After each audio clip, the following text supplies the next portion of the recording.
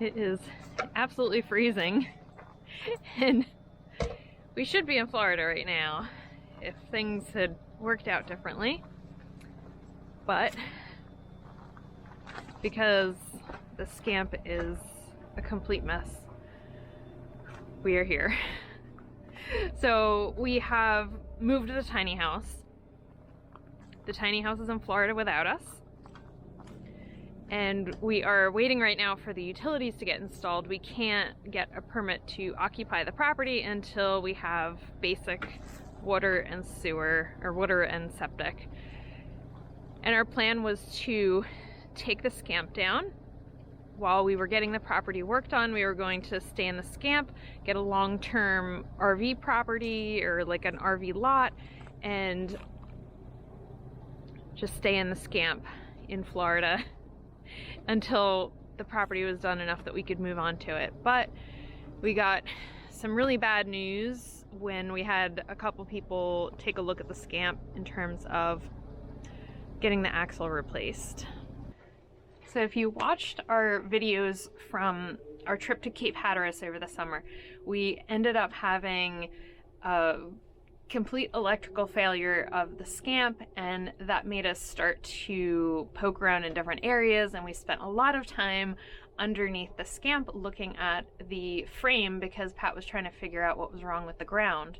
And in that process, we looked at the axle bracket on the passenger side, and we were like, that thing doesn't look good. It was starting to split.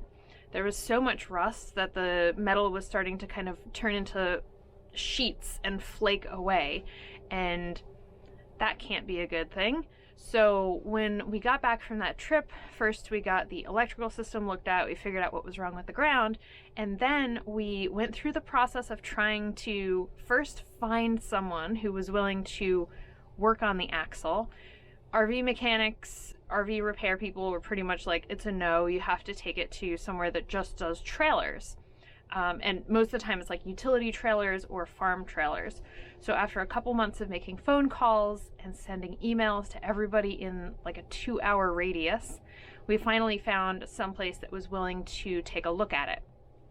So we dropped it off, and they took a look at it a couple days later, and they basically called us and said, come pick it up, we can't fix this.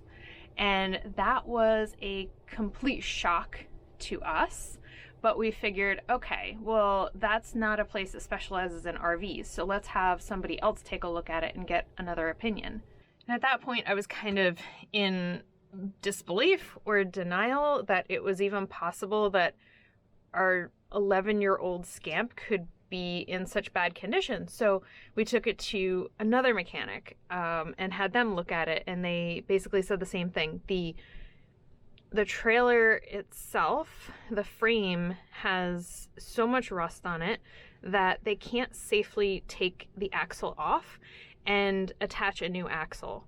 They don't trust the integrity of the metal of the frame at this point. And I was just like, I can't even understand how that happened, because we have taken pretty good care of the SCAMP and really spent a lot of time on maintenance.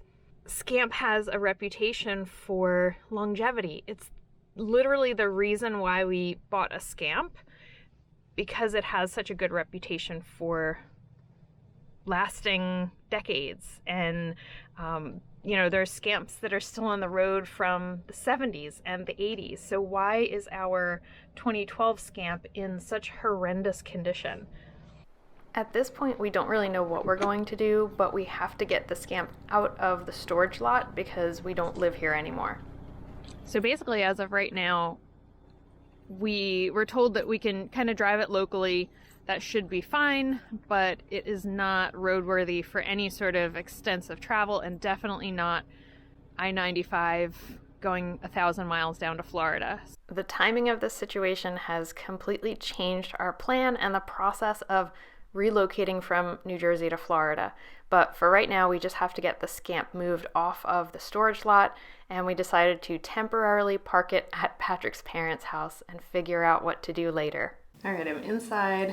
I've warmed up enough so that I can talk to you and explain the rest of this situation. that is really a difficult one for me to accept at this point. So I feel like we put a lot of effort and energy into maintaining our trailer. So when we talked to these two different mechanics and both said, that trailer is not safe, it's not roadworthy, you absolutely need a new axle, but it's past the point where we can even replace your axle, I was absolutely blown away. Like, I couldn't even understand how that was possible. In the process of trying to figure out what to do with the SCAMP, one of the things I did was reach out to some other fiberglass RV owners to get their input. So I went on fiberglassrv.com and put up some pictures and asked people, have you ever had this problem with your axle bracket and with rust? What do you think this is? And everybody on there agreed that this was not normal for an 11-year-old SCAMP. In fact, one of the people on there was like, you need to go check your VIN number because that is not an 11-year-old SCAMP. There's no way. They really thought that there was something wrong with our VIN or that somebody had like switched something on us. But it is an 11-year-old RV, unfortunately. So the other conclusion that everybody on there agreed with is that it was not normal rust and it must have been sped up with some sort of exposure to salt. So that at least helped me to understand why this happened, and the exact how is still kind of a mystery to me. So the first thing I did was email SCAMP and send them pictures and ask them if they knew how this could have happened or what we should do about it. I got kind of a lukewarm response from them, and they sort of thought that it was perhaps because we live a little bit closer to the ocean. And I understand that salt and metal don't really mix, and multiple people who have looked at the pictures of our trailer all agree that this was not normal corrosion, that the advanced corrosion on our trailer and our axle must have been caused by something else. And everybody kind of steers in the direction of salt. Let's talk about that. We do live in rather close proximity to the ocean. It's about a 20-minute drive if you head that way. But we have cars that we've had for a very long time that have never had premature corrosion. Our tiny house was parked outside for 7.5 years, and we just moved it, and the trailer looked amazing. It looked so good. I had a previous trailer before the SCAMP that was a 1977 Holiday Rambler, and its trailer was in better shape than my 11-year-old SCAMP, which is the thing that I just keep coming back to. Like, how is this possible? How did I have a vintage trailer before this that was literally older than I am, and it was still roadworthy? It was in better shape. So that's my point of comparison. The SCAMP we have never taken out in the winter. Now, we have never taken out in the winter. Okay, we've been the owner of the SCAMP for 4 years, and in New Jersey, one of the things that we really don't like is that the campgrounds close. So for that whole period of time, the SCAMP was parked in the storage lot, had its cover on, and we're not able to use it for that whole portion of the year. We never drove it on the roads when they were actively salting. We never did winter camping with our SCAMP to where it would have been exposed to salt. We didn't. We've only been the owners for 4 years. We don't know what the previous owners did with it. And just from a couple conversations that we had with them during the purchasing process, they did do some winter camping. And at the time, it didn't even dawn on me to think, could the trailer have been exposed to road salt? Could that be causing future corrosion? I just didn't know enough to even have that thought process at the time. But that's one of the working theories, is that at some point in its life, the SCAMP must have been exposed to road salt and was not cleaned in a timely fashion, and that started a really bad process of corrosion on the trailer itself, the frame, the axle brackets, all of the really important components of the trailer started this premature aging process. Now, one of my other theories in terms of exposure to salt is that we have taken the SCAMP camping at several different national seashores. We've gone to Cape Hatteras most recently, we've gone to Assateague, and we frequently camp along places at the Jersey Shore. So it is possible that during those trips there was more salt in the air, and that would have had contact with the trailer because the trailer is so exposed. Had I known what I know now, every time we went to a national seashore, on our way home, we would have gone straight to the car wash and washed everything that was exposed to get any possible salt off. Had I also known what I know now, if I were to purchase a new trailer, I would immediately take it somewhere to get it professionally undercoated.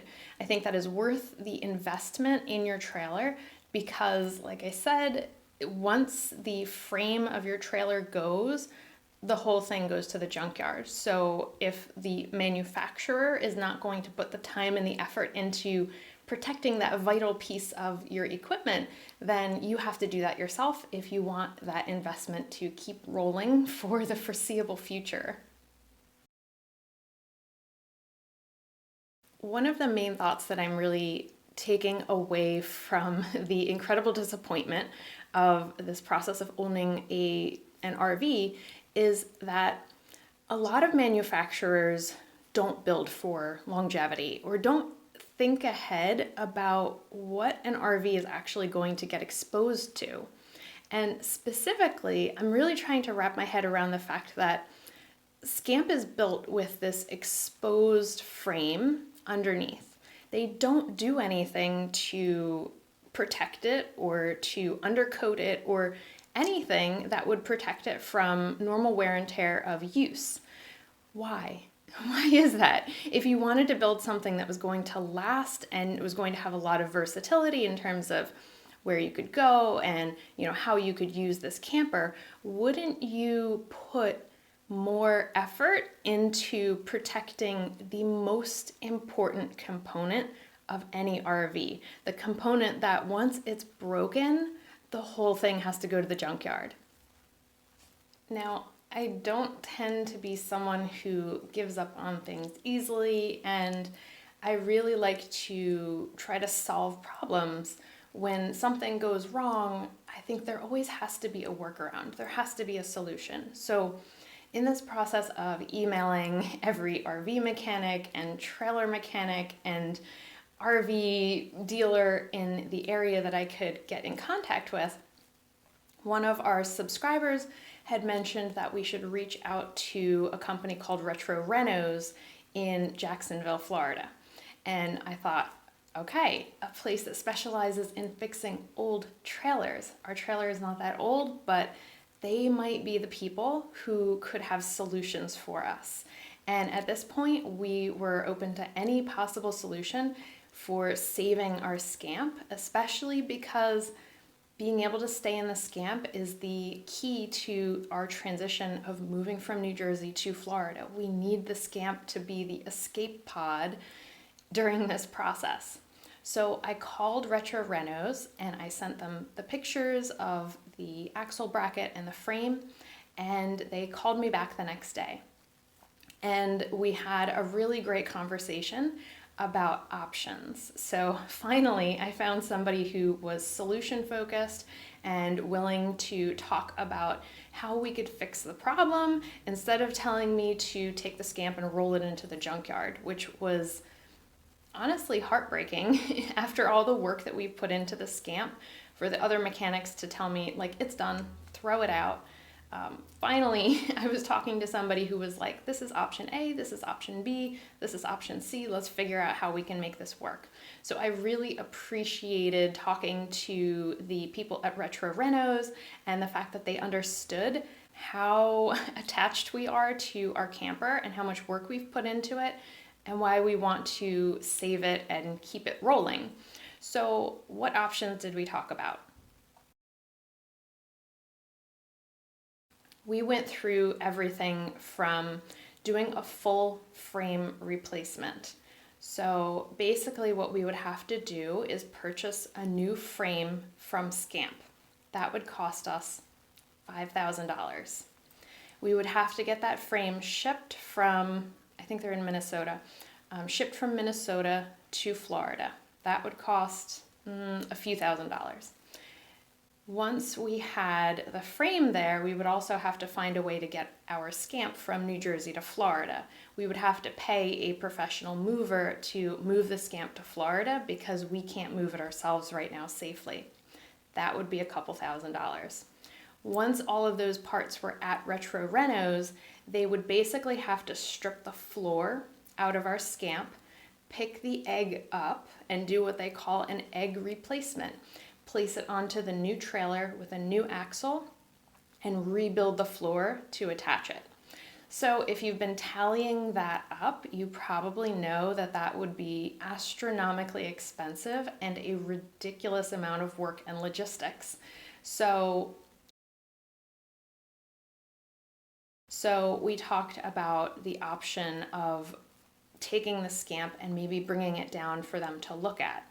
And they said they can't make any guarantees until the SCAMP is actually in front of them and they can test the metal, like the integrity of the metal of the frame themselves, and decide whether or not they could do some spot welding or create like a frame, an extra frame around the frame to create better structural integrity. And if that would be able to get them to the point where they could take the axle off and put a new axle on, that is our last hope in saving our trailer. The other option that we looked into with Retro Renos was the option of buying a new SCAMP.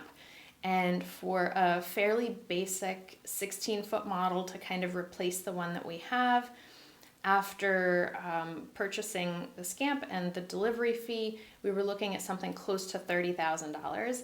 And again, because we're doing the property this year, we just can't work both of those things into the budget reasonably. So we decided that that was also not an option. So we're kind of thinking we might just have to go back to tent camping for a little while, which is really hard for me to say because we have loved RVing, but we also had so many plans for traveling once we got down to Florida.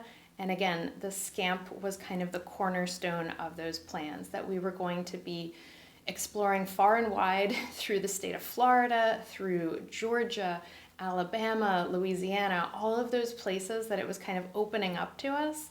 We had plans to explore everywhere. And it's been such a process of kind of coming to terms with the disappointment that the SCAMP has not met our expectations, and that we're probably not going to be able to carry out that plan the way that we thought.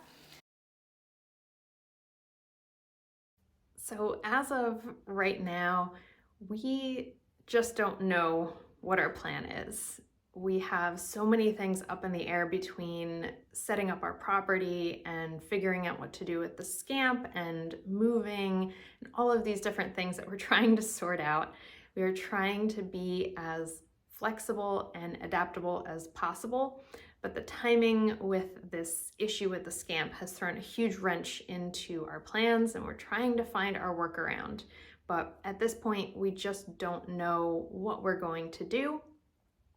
I will keep you updated if we figure out a new plan, but we are open to any suggestions or input that you have if you have experienced a similar situation or have any ideas of how maybe we could fix this situation.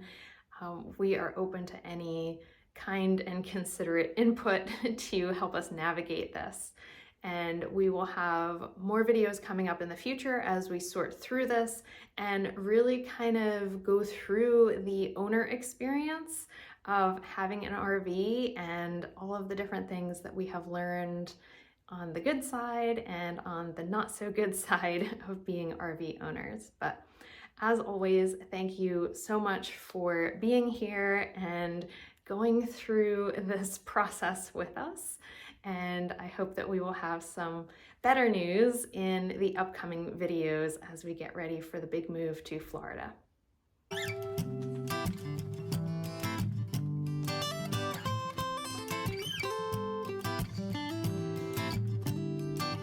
Well, you worried about you and me, the injustice, the next president to be, the news and what you hear, your career. It's time for you to face those fears, and it's all fair to be aware, and I'll be there, so don't be scared. Just take a deep breath of air, and 1, 2, 3 to 10, you begin to focus again, and no time flies.